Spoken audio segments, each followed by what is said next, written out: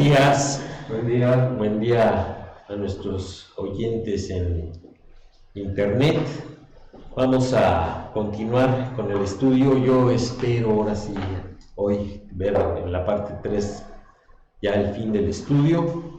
Y vamos a hacer una oración para poner esto en las manos del Señor. Señor, te queremos dar muchas gracias por el privilegio que tú nos das de formar parte de tu familia. Gracias, Señor, por que tú decidiste desde el principio de los tiempos el formar una iglesia para que pudiéramos compartir como un cuerpo. Gracias por este tiempo que tú nos permites tener. Pedimos, Señor, lo bendigas, lo tomes bajo tu control. Bendice también la clase de los niños y el mensaje que nos ha de compartir Memo, para que todo sea de acuerdo a tu voluntad y con el poder de tu Santo Espíritu. Gracias te damos por todos los méritos y en el nombre de tu Hijo Jesucristo. Amén. Ok, estamos viendo el estudio de la singularidad de la iglesia. Nos estamos basando en Efesios 3, 9 al 12, que dice: y de aclarar a todos cuál sea la dispensación del misterio escondido. Ya vimos la vez anterior en el estudio qué es ese misterio. Desde los siglos en Dios, que creó todas las cosas, para que la multiforme sabiduría de Dios sea ahora dada a conocer por medio de la iglesia a los principados y potestades en los lugares celestiales, conforme al propósito eterno que hizo en Cristo Jesús nuestro Señor, en quien tenemos seguridad y acceso con confianza por medio de la fe en Él. ¿Sí? Aquí algún comentarista dijo que pues los principados y potestades, esto es de las huestes del Señor, ya sea ángeles santos o ángeles caídos, no conocen cómo termina la película, pues, sino que ellos están también expectantes de ver cómo se desarrolla. A lo mejor conocen generalidades, como cuando nos pasan un trailer de alguna película, que nos pasan pedacitos y a veces el trailer está mejor que la película. Así les pasa a los principados y potestades, conocen lo general pero no lo particular, y eso hace que pues se gocen y los caídos fallen en su intento de destruir la creación del Señor.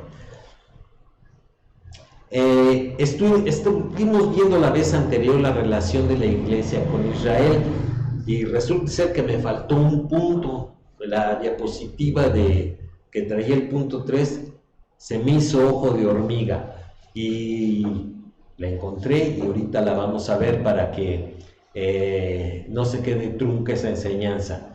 Bien, la distinción entre Israel y la iglesia se verifica por varios hechos. En el Nuevo Testamento se contrastan el Israel natural y los gentiles, después que la iglesia fue claramente establecida. 2. El Israel natural y la iglesia se distinguen claramente, lo que demuestra que la iglesia no es Israel. La distinción que hace el apóstol no tuviera sentido si Israel fuese igual que la iglesia, y esto es lo que no vimos.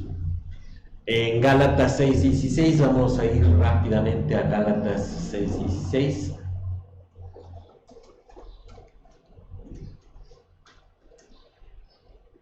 Y a todos los que anden conforme a esta regla, paz y misericordia. ¡Épale! Sí, este es. Y a todos los que anden conforme a esta regla, paz y misericordia sea a ellos y al Israel de Dios. Entonces tengan atento ese y al Israel de Dios. Solamente si el CAI, esto es la conjunción y, es explicativo, la frase igualaría a Israel con la nueva creación de Dios, la iglesia. Esa es una opción de traducción. Pero el CAI puede que sea enfático y se refiere especialmente a una parte importante, los creyentes judíos. Esto es, de un todo, ¿sí? Ese y hace un énfasis en una de las partes. ¿ok? Dice en la bendición, dice importante, en la bendición a la iglesia entera, como el cae en Marcos 16:7 y en Hechos 1:14. Vamos a ver para que se note la distinción. Marcos 16:7. Pero id, decid a los discípulos y a Pedro que él va delante de vosotros a Galilea. Allí le veréis como os dijo. Entonces, ¿Pedro estaba incluido entre los discípulos? Sí, pero está haciendo un énfasis en Pedro, porque Pedro era pues el líder, pues el que sobresalía sobre de los demás discípulos. Y Hechos 1:14.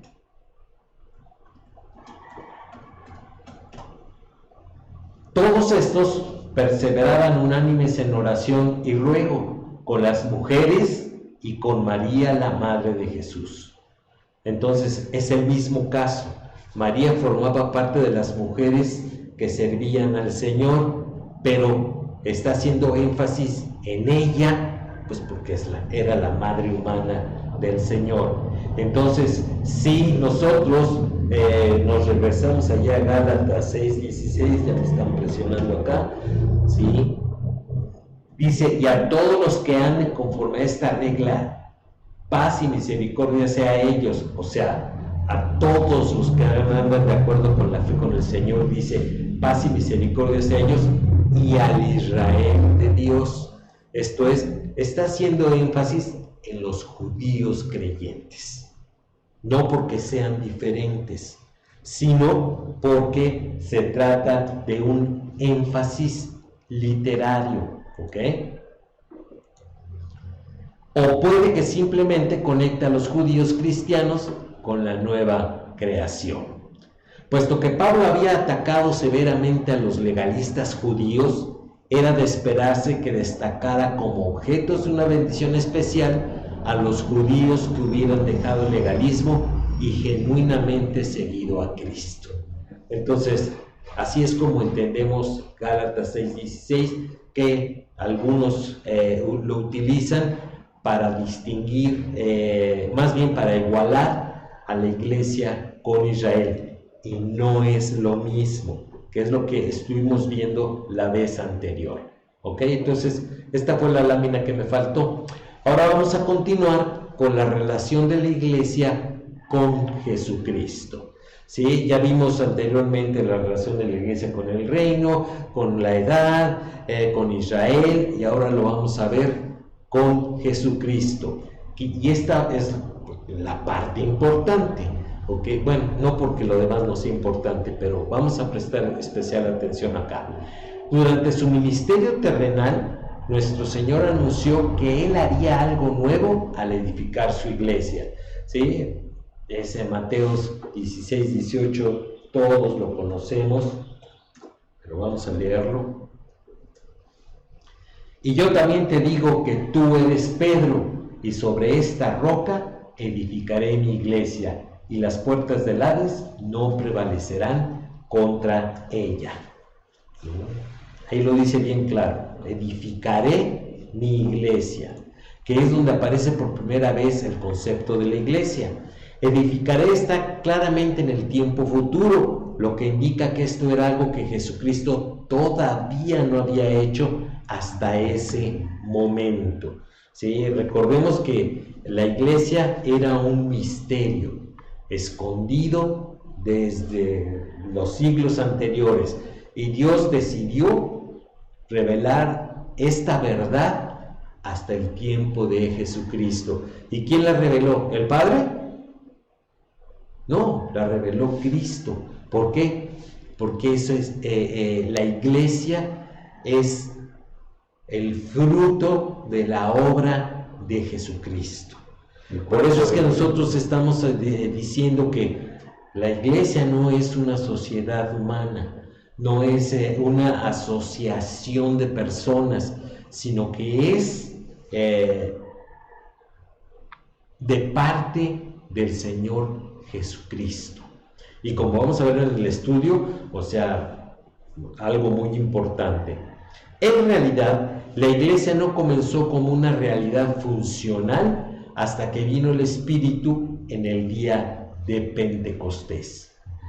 ¿Cuál entonces era la relación del Señor con la iglesia durante su vida terrenal, ya que todavía no era operativa? ¿Okay? Recordemos que la iglesia comenzó a funcionar a partir de Pentecostés, pero antes, ¿cuál era la relación de la iglesia con el Señor Jesucristo? En una palabra, Él fue el fundador. Dice, es su iglesia, lo dice el versículo 18, edificaré mi iglesia. Él es el fundamento. Vamos a ver qué dice 1 Corintios, ¿sí? 3:11.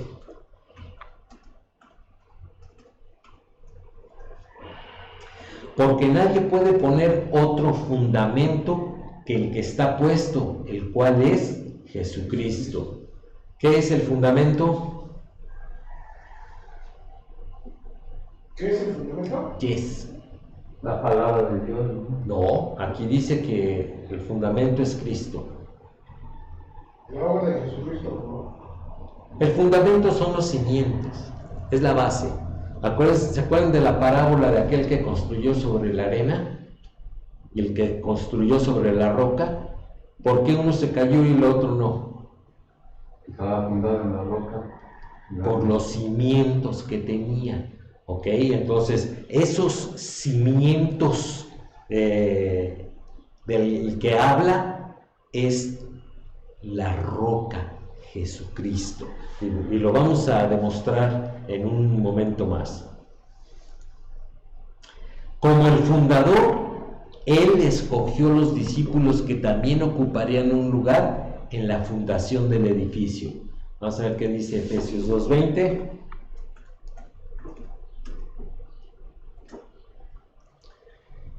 Edificados sobre el fundamento de los apóstoles y profetas, siendo la principal piedra del ángulo Jesucristo mismo. ¿Ok? Entonces, ¿cuál era uno de los requisitos indispensables para ser denominado apóstol?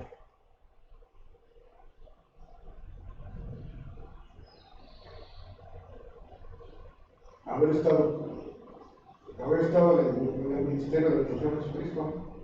No, porque pues Judas también estuvo.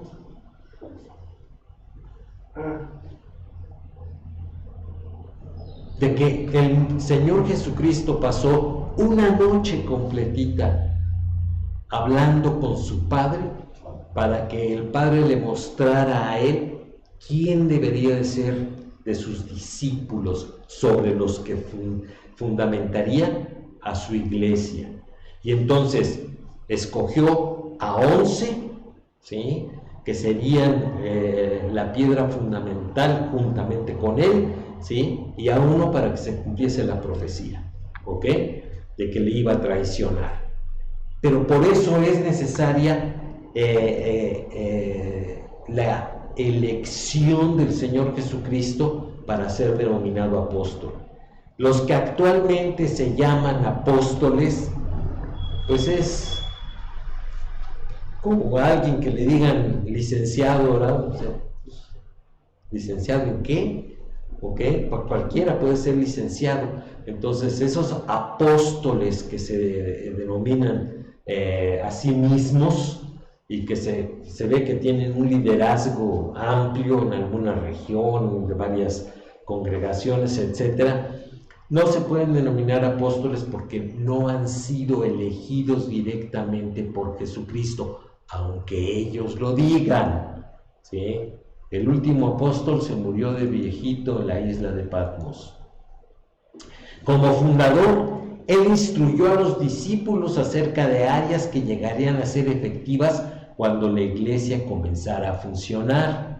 La mayor parte de esa enseñanza se encuentra en el discurso del aposento alto, en Juan 13 al 17. O sea, si ustedes leen con calma esos capítulos de Juan, se van a dar cuenta que ahí, cuando está solamente con sus discípulos, ¿sí?, solamente en una parte estaba Judas, después Judas agarró y se salió, y ahí Él entonces empezó a hablarles de verdades que se cumplirían solamente en la iglesia, no en el pueblo de Israel, sino en la iglesia. Algunas de las enseñanzas de Cristo se relacionaban con la ley mosaica, bajo la cual Él vivió, otras al futuro reino milenial y aún otras a la iglesia futura. Esto es, está hablando de 3 tiempos: de la dispensación de la ley, la dispensación del milenio y la iglesia futura en el milenio y en los cielos nuevos y tierra nueva. El discurso del aposento alto es como las semillas de aquello que después se encuentra en las epístolas del Nuevo Testamento. Y algunas de las cosas que él reveló incluyen un nuevo mandamiento. Vamos a ver qué dice Juan 13:34.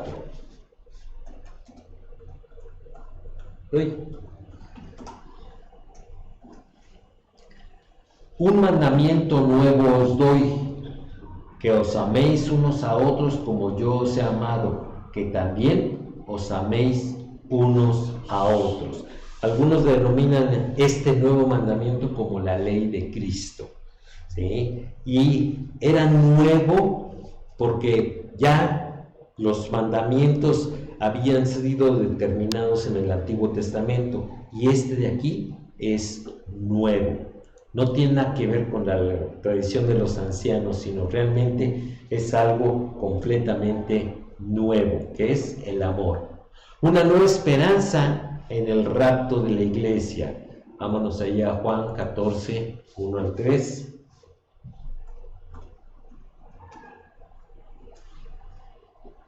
No se turbe vuestro corazón. ¿Creéis en Dios? Creed también en mí. En la casa de mi Padre muchas moradas hay. Si así no fuera, yo os lo hubiera dicho. Voy pues a preparar lugar para vosotros. Y si me fuere y os preparare lugar, vendré otra vez y os tomaré a mí mismo, para que donde yo estoy, vosotros también estéis. Y aquí está el concepto del arrebatamiento. O sea, cuando Él nos lleve, no es que nosotros vamos a ir, sino que Él nos va a tomar, o sea, nos va a arrebatar para llevarnos a donde esté Él. ¿A dónde? A las moradas que Él preparó ya de antemano, ¿sí?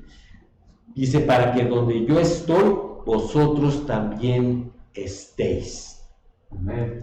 Y esa es una verdad que no todos nos damos cuenta que allí está, porque hay varias denominaciones en donde dicen, no, el rapto es un cuento, el rapto no viene en la Biblia. Ah, ¿no? Y entonces lo que acabamos de leer, que también Él reveló una nueva relación, vosotros en mí y yo en vosotros. Vamos a ver lo que dice allí en 14:17. Dice, el Espíritu de verdad al cual el mundo no puede recibir, porque no le ve ni le conoce. Espérenme tantito. Ahora sí, el Espíritu de verdad al cual el mundo no puede recibir, porque no le ve ni le conoce, pero vosotros le conocéis, porque mora con vosotros y estará en vosotros. Y después vamos a leer el versículo 20. En aquel día vosotros conoceréis que yo estoy en mi Padre, y vosotros en mí, y yo en vosotros. ¿Ok? Entonces, el Señor mismo también lo dijo, ya no os llamaré siervos, sino ¿cómo nos iba a llamar? Amigos, porque nos reveló cosas que nadie más sabía. Entonces, esa nueva relación, ¿sí?, se hace por medio de la iglesia. Hay muchos creyentes que opinan, no, es que, no, yo no necesito ir a una iglesia, yo tengo comunión con Dios, yo leo mi Biblia, yo hago oración, yo canto alabanzas, no necesito la iglesia. ¿No? Y entonces, ¿por qué Jesucristo murió por ella? Esos creyentes que piensan de esa manera, bueno, apenas van a caber en el cielo, porque se creen tan grandes que dicen, no necesito aquello que Jesucristo preparó para instruirme a mí. No lo entienden. Su ego es demasiado grande, ¿ok? Y una nueva base para la oración. Vamos a ver qué dice Juan 16, 24.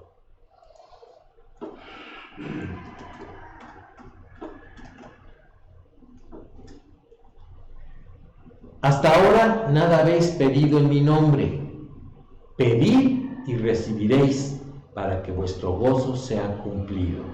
Entonces, cuando los israelitas se acercaban y solicitaban, ¿sí?, algo a Dios, lo solicitaban por su misericordia, por su bondad, por el amor de Dios, ¿sí?, pero no en el nombre de Jehová, decían. Y aquí la revelación es, hasta ahorita, dice, no habéis pedido en mi nombre. Y aquí viene ese pedir que está en verde, es mandatorio, es imperativo, dice, pedid y recibiréis. Esto es, si no pido, no recibo, ¿ok? Dice, para que vuestro gozo sea cumplido. Si Dios responde nuestra oración, es para nuestro gozo, es para tener el gozo de saber que Dios nos escucha y Él nos responde. Y eso es lo que hace un Dios vivo.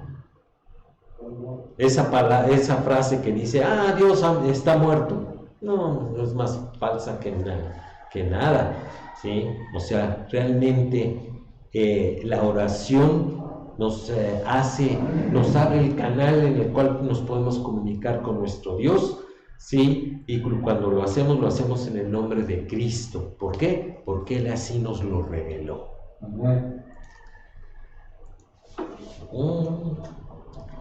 El fundador también llegó a ser la piedra angular por su muerte y resurrección. ¿Sí? Vamos a ver qué dice Hechos 4:11.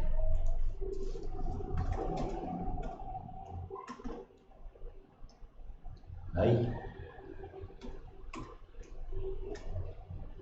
Este Jesús es la piedra reprobada por vosotros los edificadores, la cual ha venido a ser cabeza del ángulo.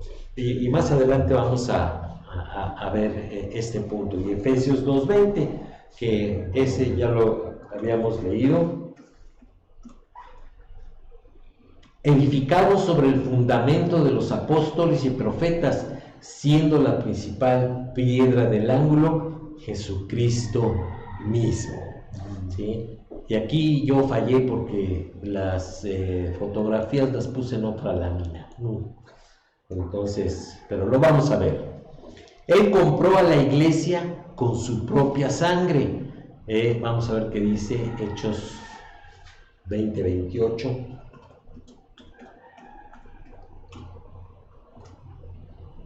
Por tanto, mirad por vosotros y por todo el rebaño, en que el Espíritu Santo os ha puesto por obispos, para apacentar la iglesia del Señor, la cual Él ganó por su propia sangre. Como ya hemos hablado en otras ocasiones, no podemos menospreciar la institución de la iglesia, porque tuvo un precio muy, muy alto. Y aquel que no considera el privilegio de estar en una iglesia de sana doctrina, una verdadera parte del cuerpo de Cristo, pues está menospreciando la voluntad de Dios. Y pues tendrán que explicárselo al Señor cuando estén en el tribunal de Cristo y Él les pregunte, ¿y tú qué opinabas de la iglesia? Van a empezar las chilindrineses ahí. O sea, ¿por qué? Porque se van a dar cuenta del valor que la iglesia tiene para el Señor Jesucristo. ¿Sí? Su resurrección y ascensión lo hizo a Él la cabeza sobre la iglesia. Vámonos ahí a Efesios 1, 20 al 23. La cual operó en Cristo, resucitándole de los muertos y sentándole a su diestra en los lugares celestiales, sobre todo principado y autoridad y poder y señorío, y sobre todo nombre que se nombra no solo en este siglo, sino también en el venidero, y sometió todas las cosas bajo sus pies, y lo dio por cabeza sobre todas las cosas a la iglesia, la cual es su cuerpo, la plenitud de aquel que todo lo llena en todo. ¿Sí? Entonces, no es cosa ligera el que el Señor hubiese formado su iglesia y que Él la aprecie de ese modo para exaltarla, ¿sí?, sobre todas las cosas. Amén. Y eso es algo maravilloso, porque aquel que realmente ha recibido a Jesucristo como su Salvador, se puede decir, yo estaría allí. Pues sí, y ese es un privilegio enorme.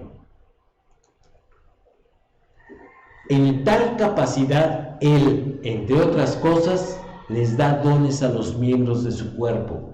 Vamos a ver qué dice ahí en Efesios 4:8.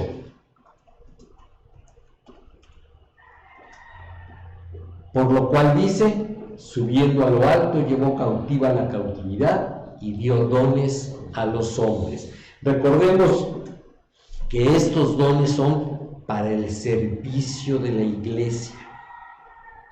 Y ahí es en donde podemos distinguir entre los talentos y los dones. El talento es una capacidad con las cuales las personas nacen o se han entrenado para tener. Por ejemplo, aquellas personas que tienen la capacidad de tocar un instrumento musical, casi todos nacen con ese talento. Hay otros que lo desarrollan en base, pues, al esfuerzo personal y al estudio, ¿sí? Y se les llega a desarrollar, pero eso es fuera de la iglesia, ¿ok? Dentro de la iglesia solamente son las capacidades que el Señor da. Entonces, los del coro no es un don de Dios, no es un don de Dios. Aquellos que se creían que porque cantaban en la iglesia tenían un don de Dios, no. La música no es un don de Dios. La predicación no es un don de Dios. ¿Qué sí es un don de Dios? La obediencia. No es un don de Dios, es una obligación de los cristianos. Seguir los mandamientos. No, porque esa es obediencia.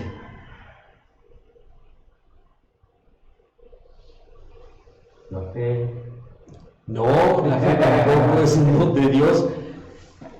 Se le denominaba como un don de Dios cuando iniciaba la iglesia, ¿sí? Pero esos son de los dones temporales. ¿Qué decimos dones temporales? Fe, profecía, lenguas, sanidades, milagros, interpretación de espíritus. Todos esos son dones temporales que se terminaron cuando se completó El mayor la don Biblia. de Dios es ver hecho al hombre. No. Dones de los que el Señor da, sí, ya Memo nos lo enseñó, pero es que tú no estabas cuando lo enseñó Memo. Es enseñanza, exhortación, servicio, administración, liderazgo, presidir, misericordia, enseñanza, misericordia, ya está ahí, ¿ok? Son 7. Y Romanos 12. sí, Romanos 12. Esos son los dones que Dios, el Señor Jesucristo, nos entregó a la iglesia para que la iglesia se edificara y funcionara correctamente como su cuerpo. ¿ok? Sin esos dones, entonces no podemos funcionar correctamente. Y lamentablemente hay creyentes que no les interesa ni conocer su don ni practicarlo. Bueno, son creyentes que van a tener que explicarle al Señor por qué. Porque si Dios te trajo una iglesia, Él te va a conceder un don para que tú sirvas en esa iglesia y tu servicio sirva para edificar a los demás creyentes y seguir haciendo la obra de Cristo. Si a mí no me interesa ni conocerlo ni practicarlo, pues no te interesa la voluntad de Dios. Entonces, eres un creyente egoísta, ¿ok? Como fundador, Él también fue quien mandó el Espíritu Santo, el cual activó a la iglesia para que fuera una entidad funcionante. Vamos a ver Hechos 2:33. Así que, exaltado por la diestra de Dios y habiendo recibido del Padre la promesa del Espíritu Santo, ha derramado esto que vosotros veis y oís. Fue en el momento en el que, pues, como lengua de fuego, ¿sí? Después del viento recio, hizo que los discípulos fueran llenos del Espíritu Santo, y por las manifestaciones los testigos decían: ay carambas, esta gente está borracha, ¿no? Y entonces viene la explicación bastante amplia de Pedro para explicar qué es lo que ellos estaban viendo, ¿sí? Y era el don del Espíritu Santo que Jesucristo había prometido en el aposento alto y que se estaba cumpliendo en ese momento.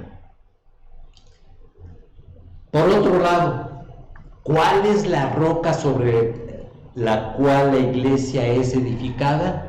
Ya vimos en Mateo 16:18 que dice: sobre esta roca edificaré mi iglesia. Algunos entienden que se refiere a Pedro, y entonces dijeron: no, se refiere a él, entonces él es el primer papa. Debemos entender lo que un judío tenía en mente cuando se nombraba la roca en un contexto espiritual como el del pasaje. Los siguientes pasajes nos enseñan que cuando hablaban de la roca se referían al Señor, y Dios es llamado la roca de su pueblo. Vamos a ver una buena colección de textos para demostrar que cuando un judío oía la roca, él sabía de qué se estaba hablando. Vámonos allá de Deuteronomio 32:4. Él es la roca cuya obra es perfecta, porque todos sus caminos son rectitud. Dios de verdad y sin ninguna iniquidad en él, es justo y recto. Entonces aquí la roca y Dios es el mismo. Después vámonos ahí al versículo 15. Pero engordó Jesús y tiró coces, engordaste, te cubriste de grasa. Entonces abandonó al Dios que lo hizo y menospreció la roca de su salvación. Dios y la roca es el mismo. Versículo 37. Y dirá: ¿dónde están sus dioses, la roca que se refugiaban? Sí, entonces siempre se relacionaba la roca con la deidad. Vámonos después a 1 Samuel 2:2. No hay santo como Jehová, porque no hay ninguno fuera de ti, y no hay refugio como el Dios nuestro. Ay, ¿y ahí dónde está la roca?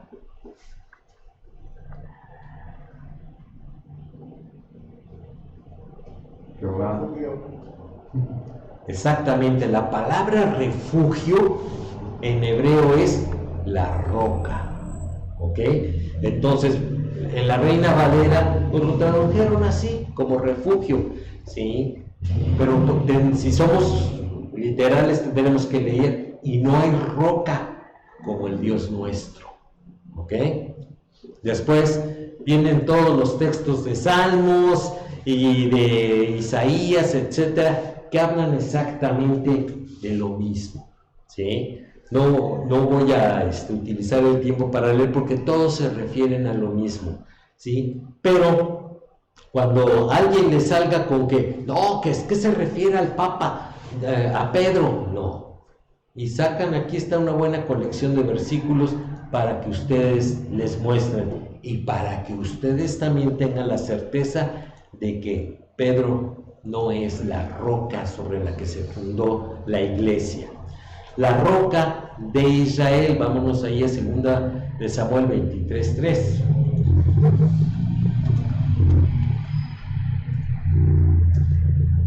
El Dios de Israel ha dicho, me habló la roca de Israel. Habrá un justo que gobierne entre los hombres, que gobierne en el temor de Dios.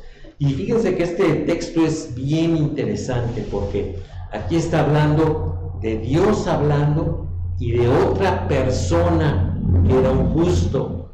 ¿Quién es otra persona? Dice, el Dios de Israel ha dicho, me habló la roca de Israel. ¿Ok?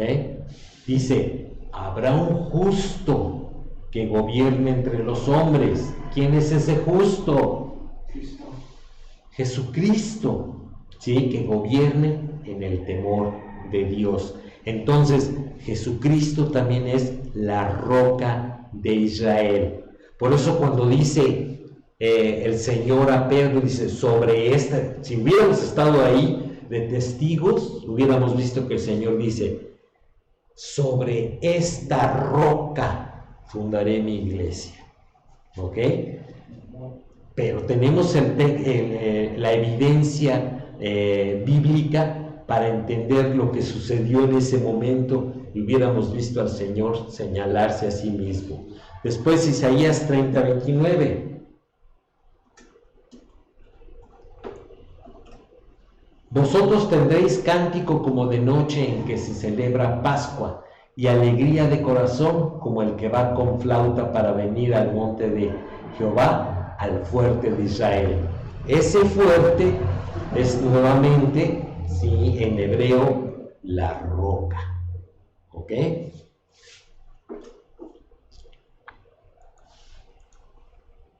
La roca de los siglos. Vámonos ahí a Isaías 26:4.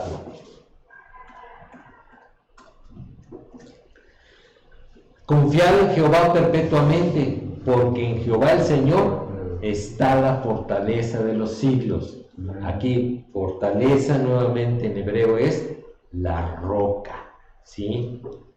Y la roca de los siglos es que el refugio, fortaleza, que se ha visto en los otros textos, siempre se refiere a Dios. Entonces, Pedro entendió perfectamente lo que el Señor Jesucristo le estaba diciendo, ¿sí? Porque la roca siempre se ha referido a Dios. ¿Ok? Entonces ya no tenemos ninguna duda.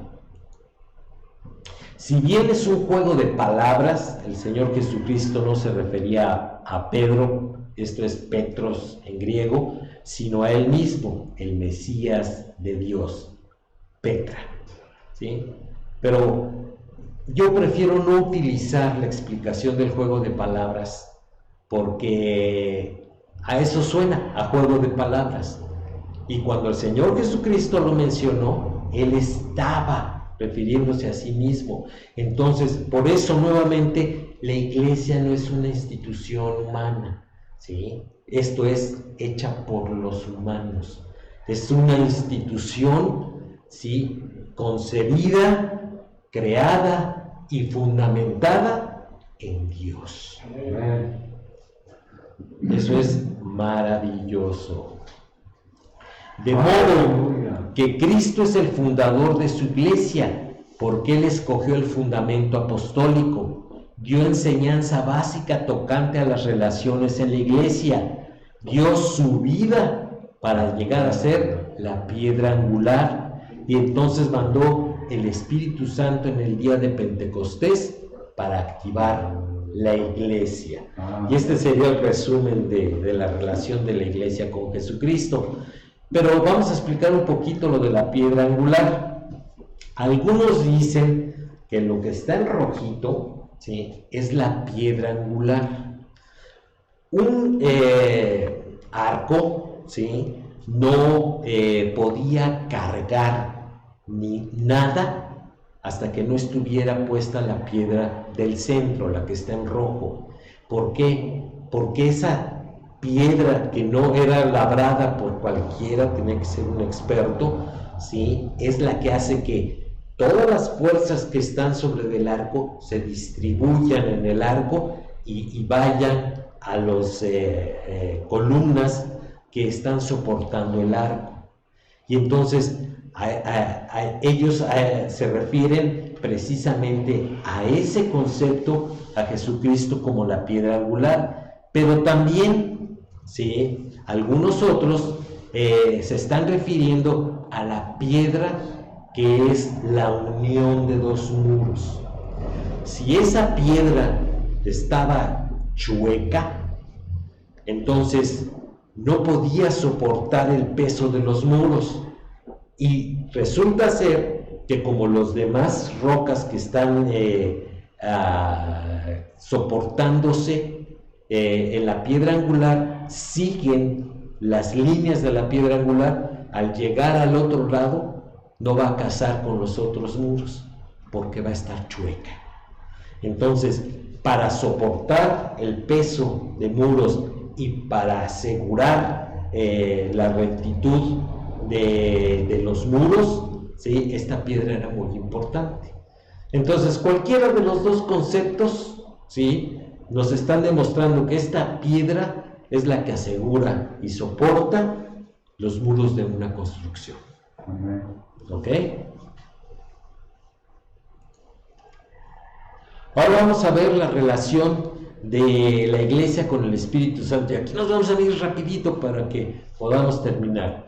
El Pentecostés marca el comienzo de la iglesia como el cuerpo funcional por el derramamiento del Espíritu en ese día. Antes de su ascensión, el Señor prometió que los discípulos pronto serían bautizados con el Espíritu Santo. Eso lo vemos ahí en Hechos 1:5. Porque Juan ciertamente bautizó con agua, mas vosotros seréis bautizados con el Espíritu Santo dentro de no muchos días. ¿Cuántos días? Ahí, después de lo que... 3 añitos, 3 añitos, porque ahí lo vemos que empezó en su ministerio público cuando fue bautizado por Juan, y en Hechos ya el Señor había ascendido, ¿sí?, es cuando vino el bautismo del Espíritu Santo. Aunque la palabra bautismo no aparece en el relato de Pentecostés en el capítulo 2, está bastante claro en los versículos 11, 15 al 16 que el bautismo ocurrió por primera vez ese día. Vamos ahí a 11, 15. Y cuando comencé a hablar, cayó el Espíritu Santo sobre ellos también, como sobre nosotros al principio. Entonces me acordé de lo dicho por el Señor cuando dijo: Juan ciertamente bautizó en agua, mas vosotros seréis bautizados con el Espíritu Santo. Entonces, ¿cuándo ocurrió el bautismo? Dice, espérenme. Dice, como sobre nosotros al principio, ¿ok? Entonces, ahí está hablando de cuando Cornelio, ¿verdad?, que varios gentiles recibieron al Señor Jesucristo por la fe y fueron bautizados con el Espíritu Santo.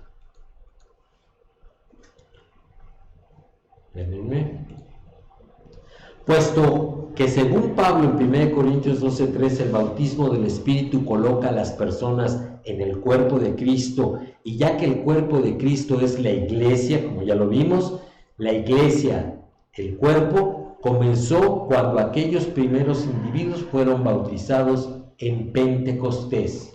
Varias otras cosas ocurrieron el día de Pentecostés. Los discípulos fueron llenos del Espíritu Santo, Hechos 2:4. 3,000 fueron bautizados con agua, versículo 41, 2:41. La iglesia visible comenzó ese día, versículos 42 al 47. Además de bautizar en el cuerpo a aquellos que creen, el Espíritu también habita en los cristianos individuales. Eso sí, vamos a verlo ahí en 1 Corintios 6:19.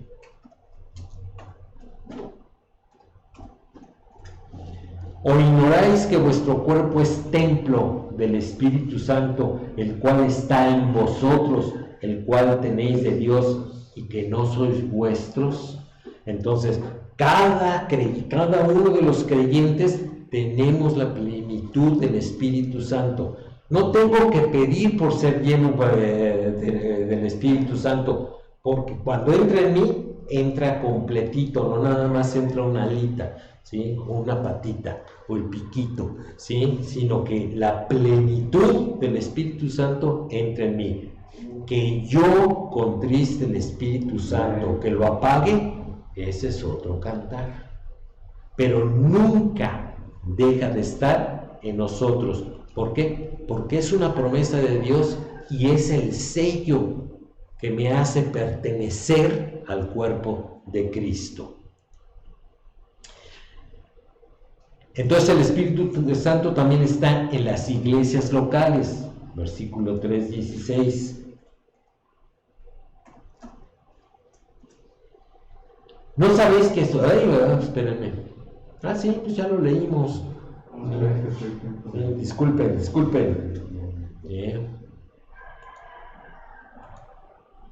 Y en el cuerpo de Cristo, Efesios 2:22.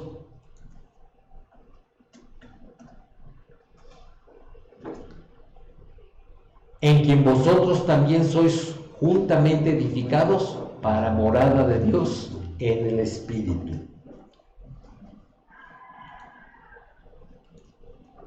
El Espíritu fortalece, guía, consuela y da dones a la iglesia. Ahí están esos textos que ya algunos de ellos ya los hemos leído. En un sentido muy real, el Espíritu es la vida energizante y el poder de la iglesia. Sin el Espíritu Santo, la iglesia sería una institución humana. Sería un club social, ¿sí? Y no haría la obra de Cristo. ¿Qué podemos concluir? Bueno, la relación con el reino, dice, debemos de entender y es necesario preguntar quién gobierna a quién, cuándo y en dónde, para poder distinguir de qué reino está hablando. Estudiamos los diferentes conceptos del reino y la relación entre ellos: el reino universal, el reino davídico o mesiánico, el reino de los misterios del reino y el reino espiritual. En cuanto a Israel, en el Nuevo Testamento se contrastan el Israel natural y los gentiles después que la iglesia fue claramente establecida. En cuanto a esta edad, la iglesia no existía en los tiempos del Antiguo Testamento, sino que fue constituida el día de Pentecostés. La iglesia funciona por la acción del Señor Jesucristo y el Espíritu Santo. La relación con Jesucristo como fundador, Él actúa para edificarla, santificarla y dar gloria a Dios Padre. Y con el Espíritu Santo bautiza en el cuerpo, la iglesia, da poder y guía a los que por la fe confían en el Señor Jesucristo. Entonces, si se fijan, ¿sí? La iglesia, aunque está relacionada con todo esto que vimos, tiene su propia existencia y su propio valor delante de Dios. Y nosotros deberíamos de tener ese mismo concepto de valor hacia la iglesia local, ¿sí? ¿Por qué? Porque costó la sangre de Jesucristo. Y si nosotros no podemos ser realmente siervos de valor para el Señor si nosotros no somos edificados en el contexto de la pertenencia al cuerpo de Cristo, que es la iglesia. Vamos a ver qué dice finalmente Efesios 2, 19 al 22. Así que ya no sois extranjeros ni advenedizos, sino conciudadanos de los santos y miembros de la familia de Dios, edificados sobre el fundamento de los apóstoles y profetas, siendo la principal piedra del ángulo Jesucristo mismo, en quien todo el edificio, bien coordinado, va creciendo para ser un templo santo en el Señor, en quien vosotros también sois juntamente edificados para morada de Dios en el Espíritu. ¿Ok? Entonces hay que reflexionar las verdades que nos muestran estos textos, y debemos de considerarnos cuál es nuestro lugar dentro de la iglesia y qué papel estamos desarrollando, cómo estamos sirviendo a Dios a través de la iglesia. ¿Ok? Vamos a orar. Señor, te queremos dar muchas gracias por este estudio que tú nos permites, y Señor, te agradecemos porque es un privilegio, un honor y una situación vital el pertenecer a tu cuerpo a través de la iglesia. Te pedimos, Señor, porque tú cumples tu voluntad en tu iglesia local de Tequisquiapan, y que podamos cumplir tu voluntad en nuestros días, y de esta manera glorificar tu nombre y ser parte de la iglesia que está vestida con lino fino, que son las buenas obras de los santos. Gracias te damos y pedimos tu bendición para lo que resta del día, en el nombre de tu Hijo Jesucristo. Amén. Muy bien. Dios les bendiga. Amén. Amén.